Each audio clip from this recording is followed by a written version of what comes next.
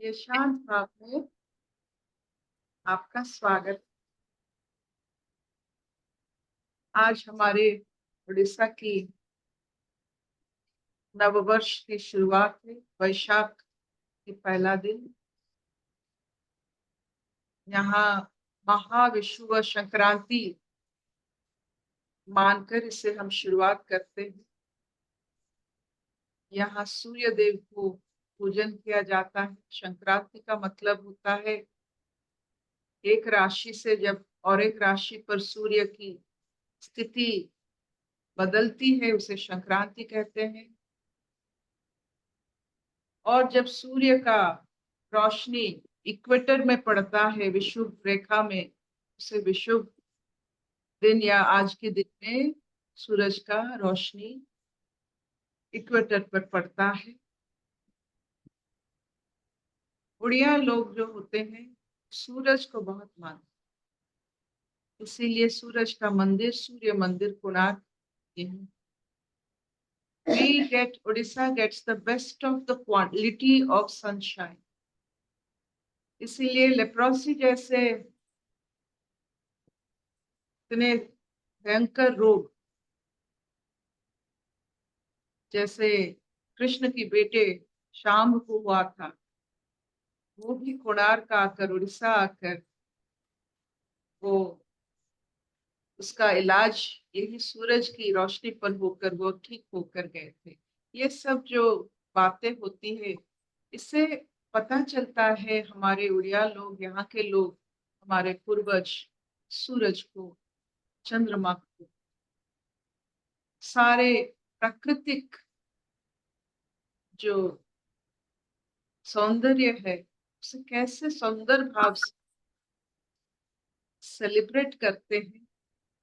इसीलिए आप देखोगे उड़ियाओं का मनस्तत्व बहुत ऊंचा रहता है। We don't have much depression in our state, क्योंकि यहाँ 12 महीने में 13 पर्व पालन होता है।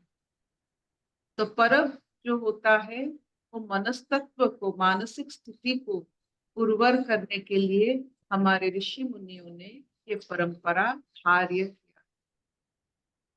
जो मनस्तत्व में आप देखोगी, जो जिसके घर में परंपरा पर्व की प्रचलन होता है, समय नहीं मिलता है डिप्रेशन के लिए। क्योंकि एक पर्व पे आप देखो नारियल भी चाहिए, फूल भी चाहिए। आज हमारा यहाँ पौना होता है, मतलब एक अच्छा सा शरबत जिसे आप कहते हो, अ, जो क्या कहते हैं, वो सबको पिलाया जाता है। सबसे बड़ी बात है तुलसी माँ के ऊपर छाया का प्रबंध किया जाता है। उसके ऊपर एक मटका लटका जाता है, उसके नीचे एक थोड़ा सा होल होता है उसमें, ताकि थोड़े थोड़े करके तुलसी माँ पर पानी पूरा पड़े। ये पूरा महीना तुलसी माँ के ऊपर छाया होता है।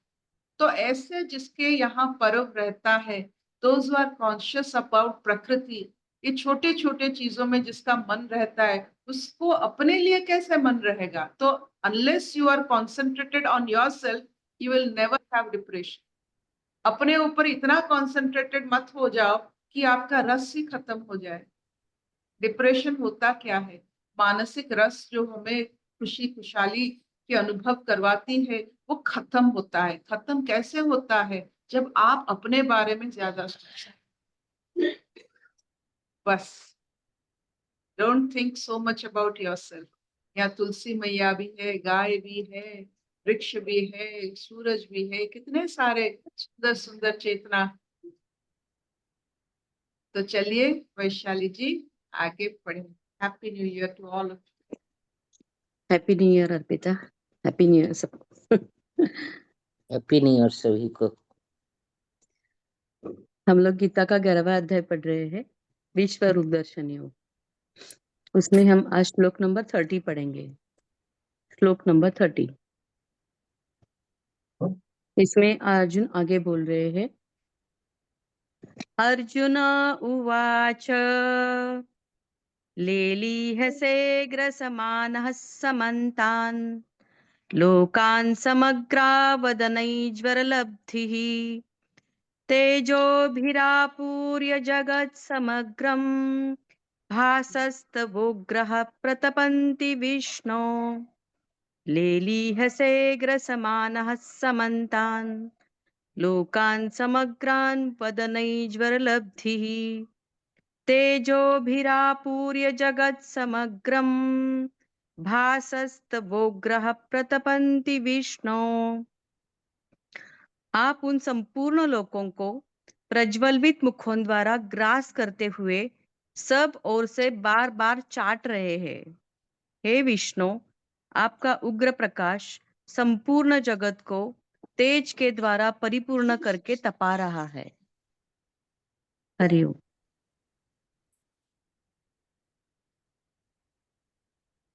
ये कितनी ममता भरी बात है, उग्रता में कितनी सूक्ष्मता भी है।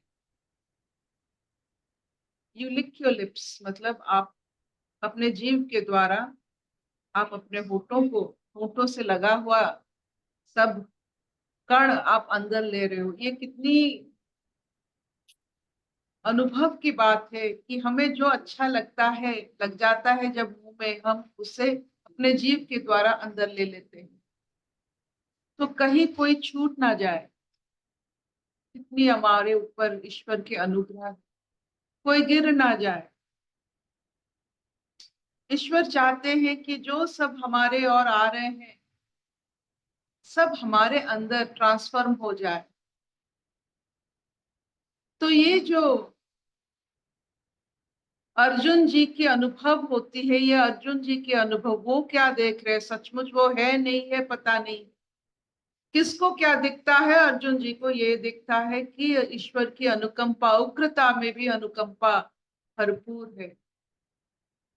ऐसे उग्र विचित्र अनुभव जो अर्जुन को हो रहा है, इतने सारा ब्रह्मांड एक ही मुंह में आ रहा है, और बार बार ईश्वर अपने जीव को लगाकर अपने होठों पर, शायद कुछ होगा जो उसको बारंबार वो चाट रहे हैं। इसका मतलब होता है कि कोई कभी ईश्वर के सिवा कहीं नहीं जाता। जैसे हमारे, जब हम खाते हैं, हमारे होठों पर अगर एक दाना रह जाता है, हम उसे चाट कर अंदर लेते हैं ताकि it gets transformed in the Annamaya kosh. ईश्वर जो एक ट्रांसफॉर्मर है, अपनी हर इच्छा को जो पूर्ति करते हैं, हमारी हर इच्छा को वो पूर्ति करने के लिए वो सब कुछ करते हैं। हमने पढ़ा है ये पुराणों में, जिसकी जो इच्छा है वही उसको वही जीवन मिलता।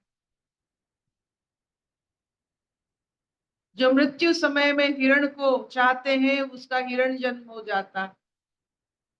आपकी चाहत आपकी जन्म। तो क्या चाहत लेकर आप ईश्वर की तरफ जा रहे हैं, वही आपको मिलेगा। अगर आप संपूर्ण होकर जा रहे हैं, होकर ईश्वर की यहाँ जा रहे हैं, तो आपको वहां ठहराव मिलेगा, पांथशाला मिलेगा। आप बहुत साल बिना आकार के रहेंगे सूक्ष्म स्थिति पर। इच्छाओं के अनुसार आपको आकार मिलता है, आपकी सोच के अनुसार माता पिता मिलते हैं, वो परिवार मिलता है।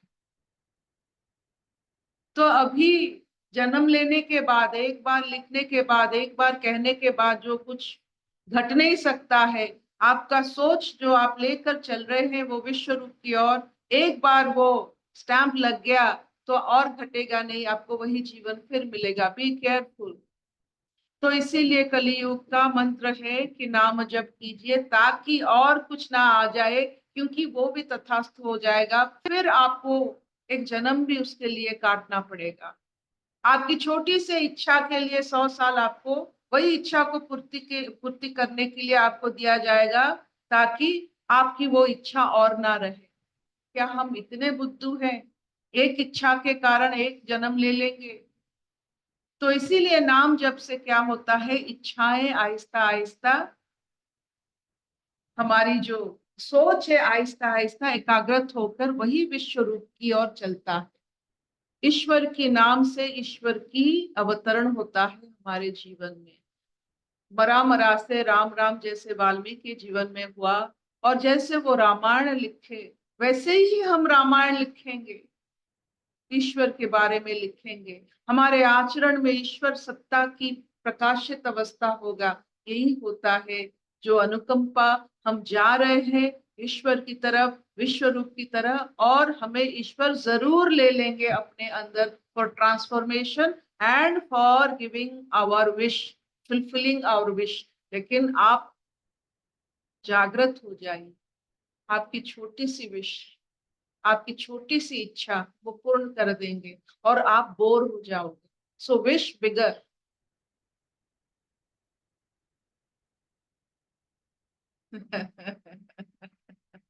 मुझे इसके साथ रहना है। कितना कितना दिन रहोगे? मेरा बच्चा इंजीनियर हो जाए, एक विश। क्या होगा?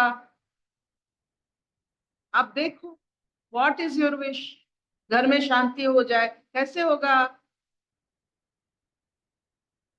बहुत सारा शांति अशुभ होता है। तो ये जितने सारे आप हम विशेष करते हैं, इसमें इतना ऐब होता है कि आप उसमें फंस जाओगे। नो विश, ओनली ईश्वर ध्यान, ओनली ईश्वर ज्ञान। आगे चलिए ईश्वर के नाम, समझे ना समझे रट लीजिए ईश्वर नाम और तोते की तरह चलिए। ये सबसे बढ़िया, एक बार आपकी कोई भी इच्छा जागृत होता है वो तथास्तु होगा ही। आज आप जो जीवन बिता रहे हैं आपकी इच्छाओं की उपज है। अगर अच्छा नहीं लगता है तो साधारण सा नियम रखिए, ईश्वर का नाम लीजिए। ईश्वर नाम में कोई इच्छा नहीं होता है। इसीलिए नाम जब जो कहते हैं, एक नाम को पकड़ लीजिए, इतना चलेगा। चलेगा दीदी।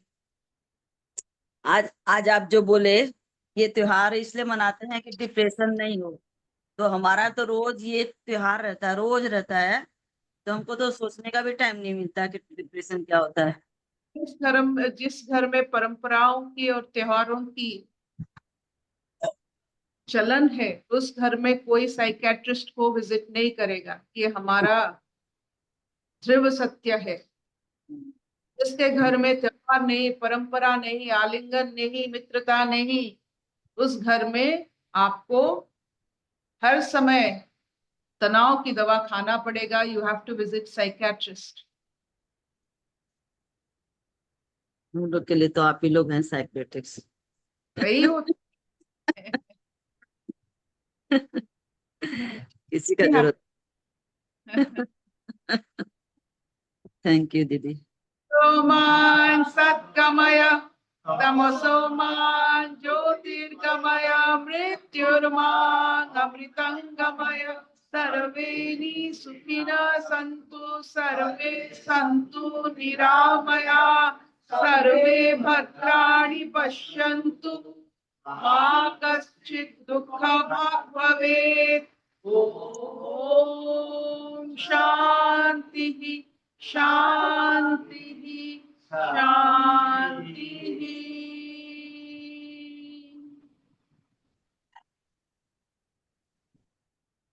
कोई अनुभव?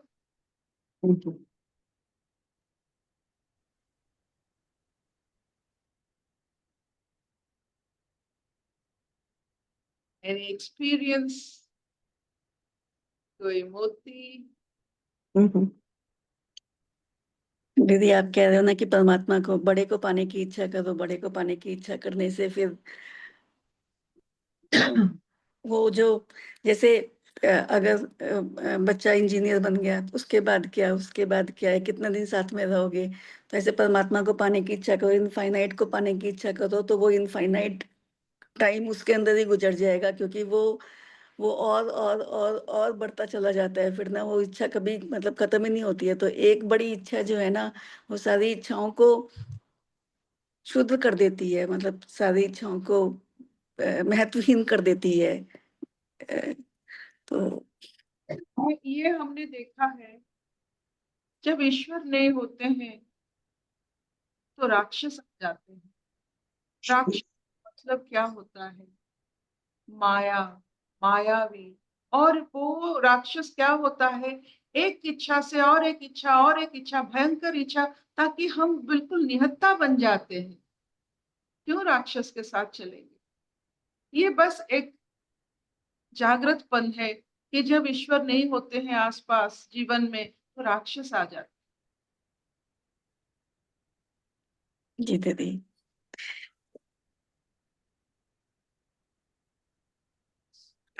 थैंक यू मम्मा, थैंक यू।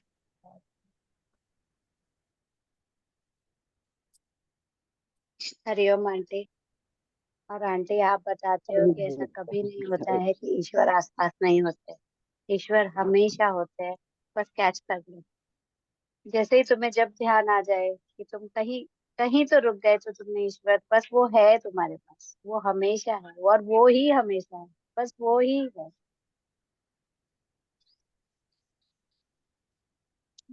हाँ, ये पहले गुरुमुख से मानना पड़ता है। अभी यस सर। अभी आप तुमने बोला कि आंटी आप कहते हो, ये तेरा अनुभव भी होना चाहिए। मैं चाहती हूँ तुम्हारा अनुभव होने तक साधना है।